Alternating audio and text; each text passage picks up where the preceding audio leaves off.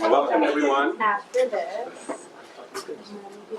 Delighted to welcome you early in the morning here for the 10th ANN-SONIC-NICO workshop on network theory. My name is Noshir Contractor, and I'm part of the organizing committee, and I'm just delighted that after a hiatus of almost exactly 3 years from when we originally thought we were going to be scheduling this workshop in 2020, here we have a chance to all meet in person and be able to resume this particular series. As I said, this is the 10th workshop in this particular series. The first one was held in 2006.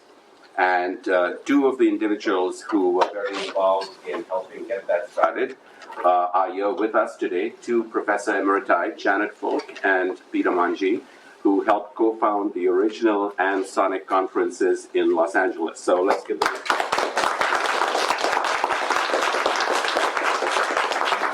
We're delighted that they're able to join us here again today. So ANN-SONIC-NICO, some of the folks asked me yesterday about the alphabet soup associated with that. ANN stands for the Annenberg Networks Network, and this is a group that Manuel Castells, Janet Folk, and Peter Manji helped create at the Annenberg School for Communication at USC. SONIC is the science of networks and communities that I founded when I was still at Illinois Urbana-Champaign and then brought with me to Northwestern. And then NICO is, of course, the Northwestern Institute of Complexity, which was co-founded by none other than one of our deans who's going to welcome us, Julio Ottino.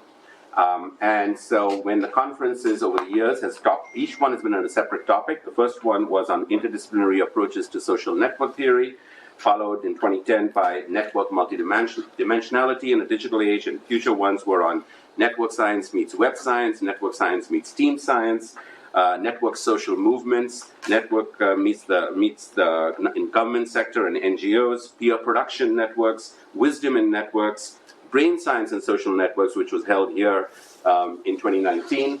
And now, of course, here we are today to talk about human AI social networks. It's a very timely topic, obviously. It was timely when we originally wanted to do it in 2020, but I think it still remains timely today as we move into this area. And so I'm not going to spend any more time talking about introductions right now.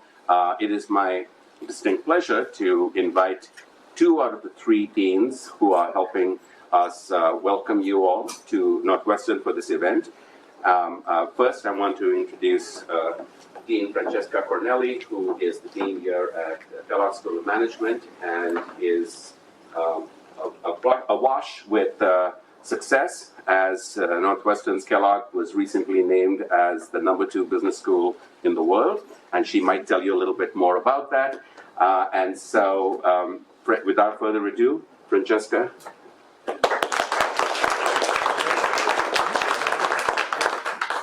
Thank you, Noshir, and welcome everybody.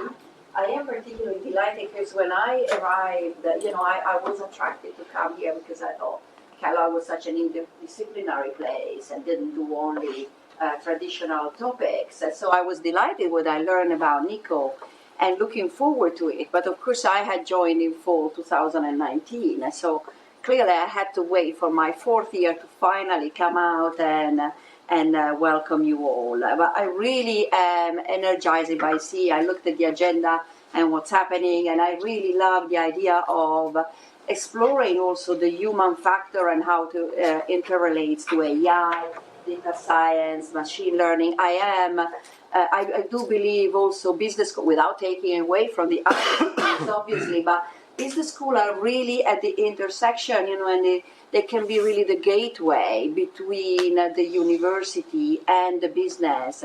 And as business face these things and they try to learn more, through the business school is the faculty at the business school, but it's also how the faculty in the business school, through things like NICO, have connection to scientists throughout the university, can reach out and interaction. Because we really have to revise our organization. And I know the faculty at Kellogg and you has been researching all of these things, and have been trying to move the agenda.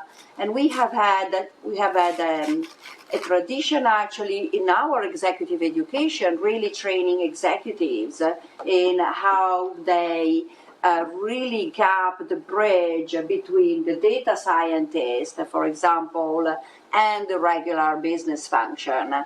And the fact that very often the failures cannot come exclusively from it's not the business that fails or the science that fails, is the inability to connect them in a meaningful way.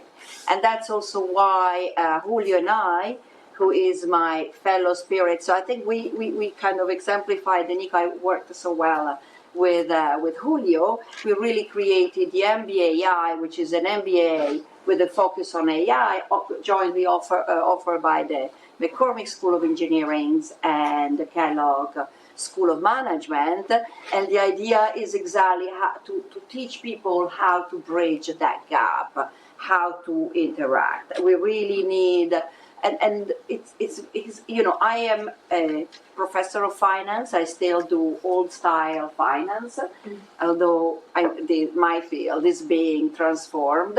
So I am an eager learner about all these things, and I'm trying to, and I'm a biggest cheerleader of what we can do. And I feel that the way to go ahead is definitely interdisciplinary. So I'm so delighted to see something like this that really exemplifies what we want to do. I'm delighted you're here, and I look forward to see this progressing and thriving, and to see the effect even in what we teach and the research we produce, and how we get out there. Thank you so much for coming.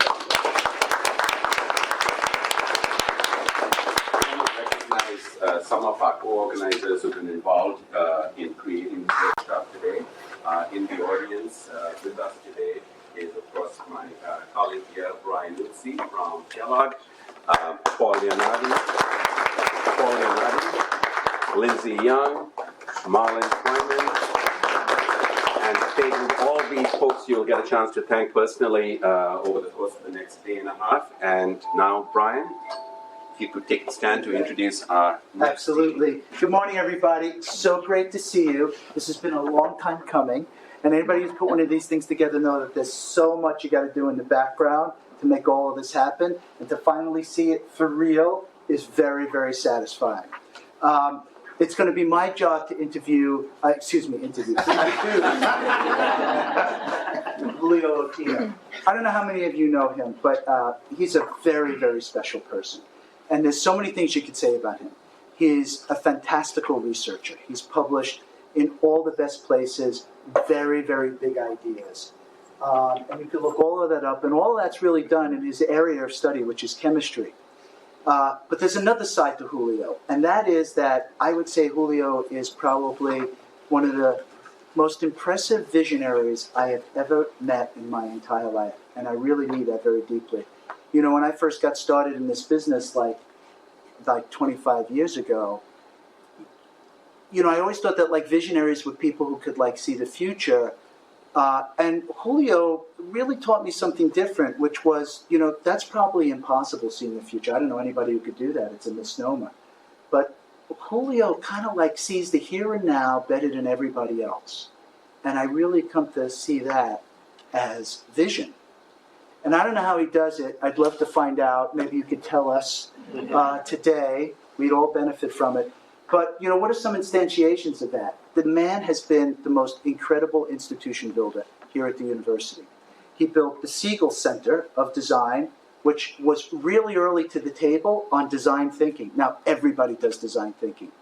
He built the Center on Sustainability, a Center on Entrepreneurship, and a center that I've been involved with, and Nasha's been involved with, NICO, was one of his brainchilds, almost 20 years ago.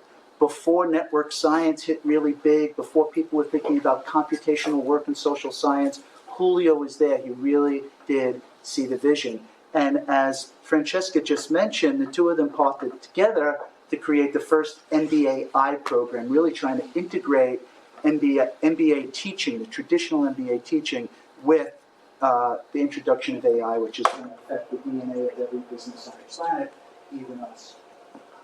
So Julio's got so much to bring to us, and we're very, very grateful for him being able to spend some of his time here. And I just want to mention one other thing to show you like the other side of Julio. Julio has another vision, which is you don't want to be left brain thinking or right brain thinking. You want to be whole brain thinking. So whole brain thinking is bigger brain thinking. And one of the ways you're all going to be able to see this, and I'm not going to give it away totally, but his whole brain thinking is really expressed deeply in this book, which is about art and science and the artistic side of science and how artistic expression really does amplify our scientific work and really show the merits of it to other people. It's inescapable to separate the two. And this book is really about understanding that integration. And aside from being a lot of deep thinking, it is full with some of the most unforgettable graphical expressions of whole brain thinking. And all of you will get a chance to see some of this a little bit later. But I leave it as something to look forward to from Julio after he gives his remarks. And with that, I'd like to thank Julio. Thank you so much. Thank you, Julio. Wow, there is no way back to go down after this. But I want to thank Noshir and Brian for having organized this. I know that there are other people, and Francesca for being such a great partner. I will say only probably one thing that for which everything here is a proof of the idea that I will mention. Okay, so when many years ago, we were looking for a big idea that will cross-link all sectors of the university, and the idea of complex system thinking emerged. And my partner in that, by the way, was the faculty at Kellogg, Daniel Diermeyer, who became provost in Chicago, and now he's the chancellor in Vanderbilt. And we look around on who could be sort of the founding partners of this, and there was Brian. And there was another fellow, Uri Wilensky, who was doing agent-based modeling. And shortly thereafter, we were looking for other people, and we attracted Noshir here. So network is something that, in my view, should be taught to everybody. I would say that it would be much easier for people even in advanced courses in high school to understand network theory than calculus.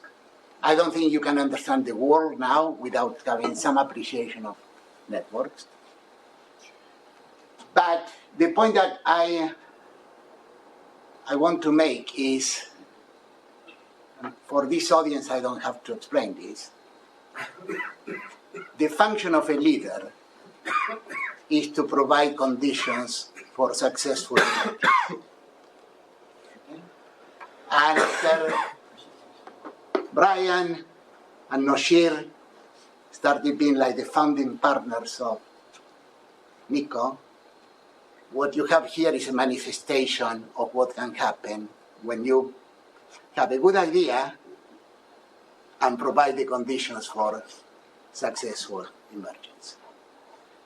Lots of good people were attracted to the field. Some of them are here. And I would say that what is being covered here, this is one of my dreams that remains unrealized. Okay, in engineering, you have a problem with accreditation. It's hard to remove things to replace with other ones. But I would say some of the concepts that are the lingua franca here, networks, should be absorbed by every student in engineering for sure, and in science, because it's a way to understand how the world works. Yeah, we teach calculus, and calculus is fantastic, for the idea that if you understand building blocks, you can understand things moving upwards.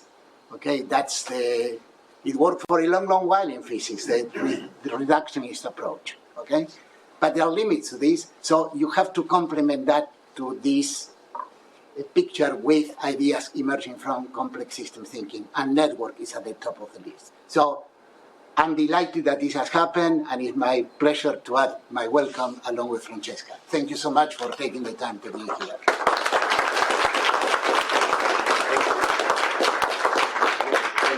Thank you, Julio. Thank you, Francesca. Thank you, Brian, for that introduction. Where is Lindsay? I don't know whether I acknowledged you as one of our organizers. I did. Okay, I just wanted to make sure. Very good. Okay, so now I'm going to hand things over to the chair of our first session, Ignacio, to usher us into beyond the ceremonies, into the actual nitty-gritty of the ideas. So, Ignacio, take it over. Perfect.